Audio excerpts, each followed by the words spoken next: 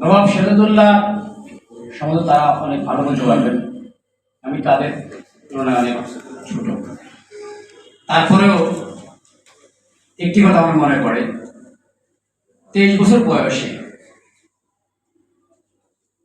1756 সালে এই নবাব সিরাজউদ্দৌলাই বাংলার মসনদে বসেছিলেন। তার বিরুদ্ধে ষড়যন্ত্র হয়েছিল, সেই ষড়যন্ত্রে মীর জাফরের মতো মানুষের জন্ম হয়েছিল। তারা মীর জাফর একটি কালি হয়ে দাঁড়িয়েছে।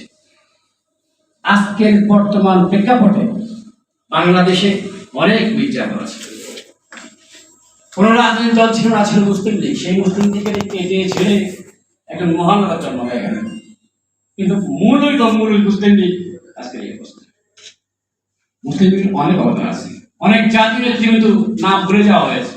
শেরে বাংলা, হোসেন সৈয়দ, সরওয়ার্দী, নাম নেই। শুধু একজন মানুষ আছেন বাংলাদেশে, আর কেউ নেই। তো আজকে যে হালুয়া রুটি ভাগাভাগি চলতেছে, দেশটাকে তছনছ করে দেওয়া হচ্ছে। নিজের স্বার্থ বিসর্জন দিয়ে, জনগণের স্বার্থ বিসর্জন দিয়ে ক্ষমতার মস্তক রাখার জন্য যারা মরিয়ে উঠেছেন, তাদের পরিণতি কোথায় গিয়ে ঠিকবে আমি জানি না। তবে আগামী দিনে তাদের পরিণতি তেমন একটা সুবিধা মনে হচ্ছে না। ভারতকে সব কিছু দিয়ে হলেও তার মস্তক রাখতে করতে হবে না। 17 কোটি মানুষ আপনাদের সেই সুযোগটা দেবে না, হয়তো চুপ করে আছেন, নীরব হয়ে আছেন, কিন্তু এমন দিন আসবে আবার পথ খুঁজে পাবেন না। আমরা বিশ্বাস করি আজ আমাদের সকলের ঐক্যবদ্ধ হওয়ার সময় হচ্ছে।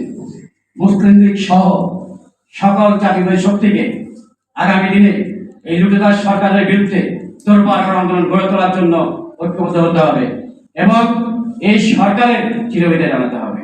তা না হলে এদেশের মানুষকে চরম মূল্য দিতে হবে। আমি বেশি কথা বলবো না।